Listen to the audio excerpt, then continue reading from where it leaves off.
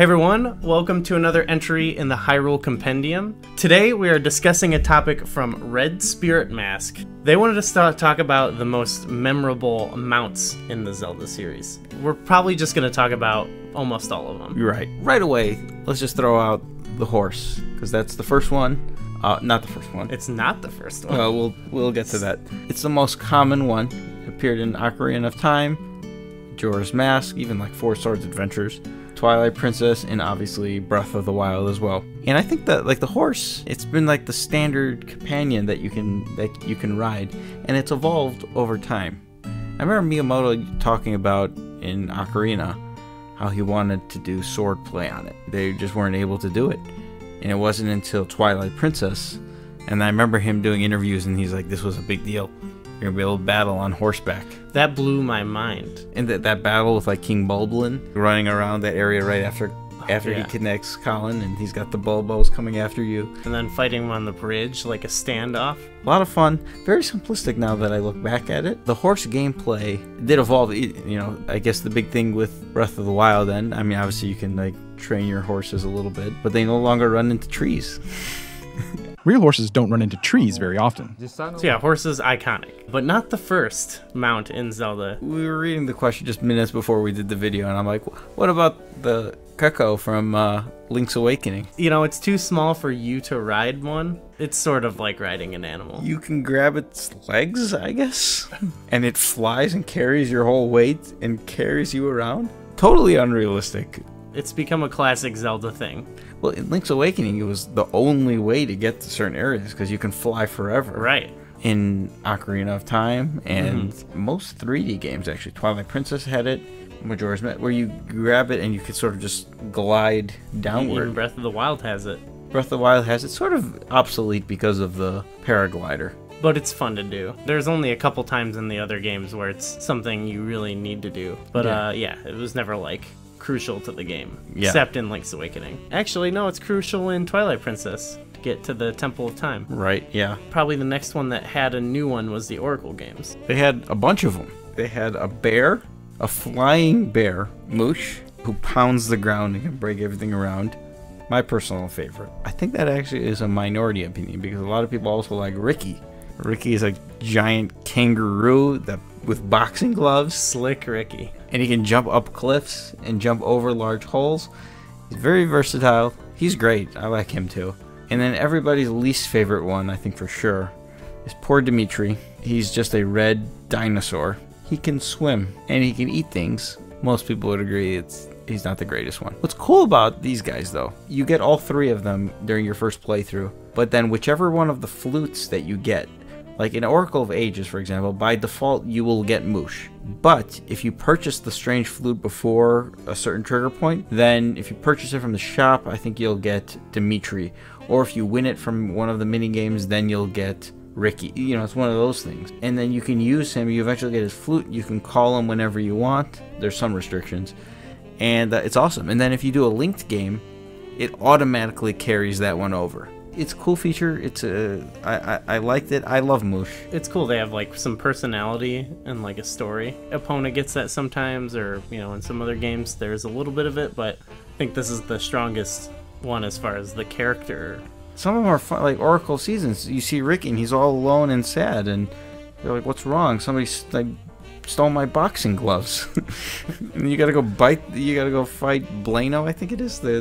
He went from being the mini boss in Turtle Rock from Link's Awakening. Now he's got a boxing gym in Oracle of Seasons. Let's see, he retired and now he's just running a gym. The next game to feature something new is Twilight Princess. As we discussed, King Bulblin has his Bulbos, which is actually crucial in one part of the game. Yeah, you need him to bulldoze over the gates. They're kind of like horses.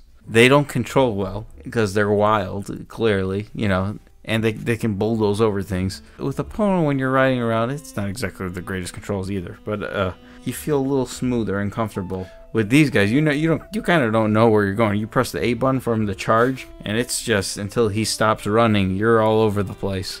Then we can go ahead to Skyward Sword. We got our own Loftwing, probably the most adorable mounts. I love those loftlings. The flying portions were not very fun. You don't actually do it that often. It's just like a mode of transportation, and that's it. There's no real, very little, I should say, combat involved. There's that area, I think, in Thunderhead where you're fighting something with it. But like, I love the idea when you first got on your bird and you're flying around. It's like, wow. But it is a bit limited. I think with what they have now, they could probably do something cool. Or you could land wherever. You don't have to go into a cutscene or something like that. Right. Imagine a Loftwing in Breath of the Wild. It would break. I think it would break a lot of the game. And then, yeah, that brings us to Breath of the Wild.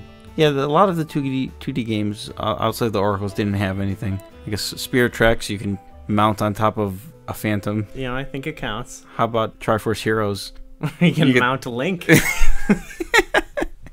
Yeah. All right, yeah, that's cool. Human or Hylian is a mount. Yeah, it's the whole point of the game, really. Yeah. But Breath of the Wild is all about mounting. It's a game about mounting. We'll forget the horses. I mean, there's a bunch of horses, but we kind of talked about. Is there anything left to talk about the horse? We have our own horse video earlier in the series, so just go check that out. Right. I think you can put a little clip link up there. We'll do that. You know, I still never found that Stalfos horse.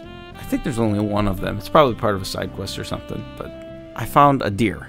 That was and I'm like, I want to mount that thing. And then you found out you can mount that thing. Yeah. There's one shrine quest where it requires you, like, it tells you to mount one, and it tells you don't just mount one, but one with the massive horns. We talked about the difference in control style between them and the horses. They kind of like hop, back all around like that. In the real world, they would be totally scared of you and no way I can't ever imagine mounting a deer. It gives you a total sense of pleasure.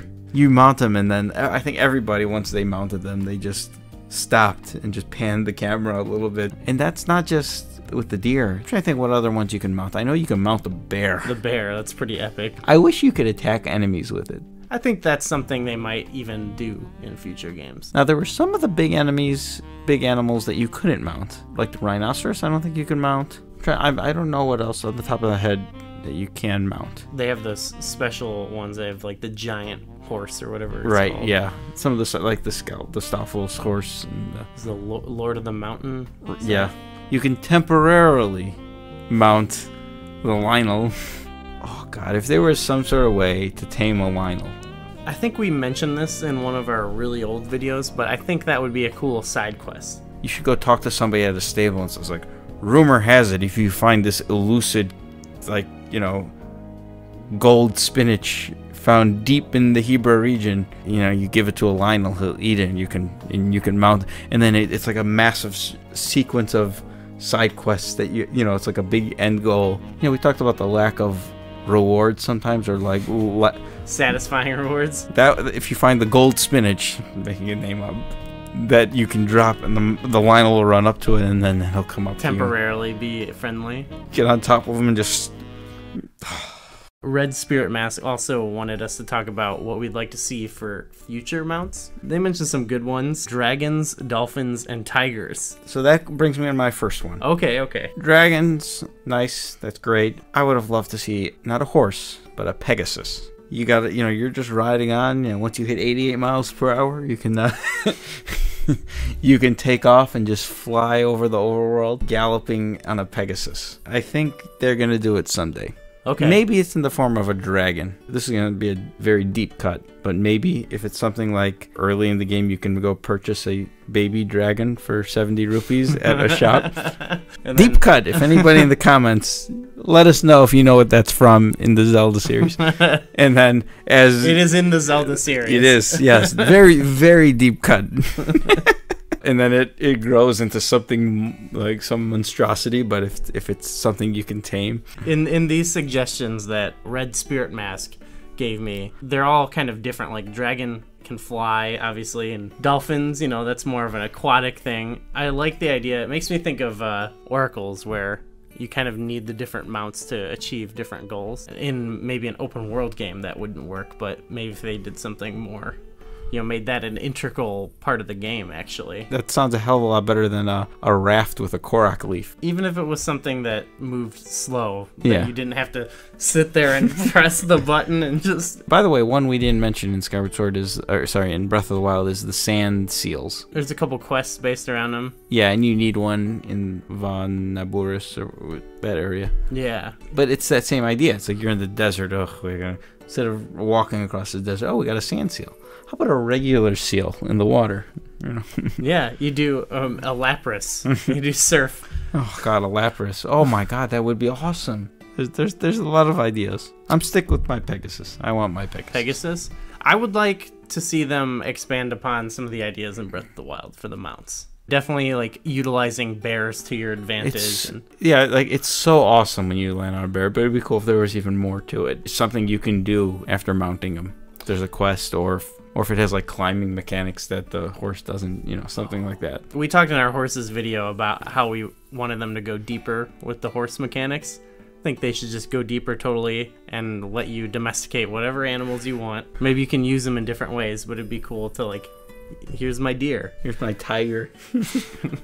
Why not? Wow, yeah. Let us know what mounts you would like to see. Maybe we forgot one. I don't think we did. Yeah, maybe there you can mount something in like Tingle's Rosy Ripping Land. I don't know. Who knows? Let us know what you would like to see in future games as far as mounts go. Leave us a comment with any other topic you'd like us to discuss, and thanks for watching.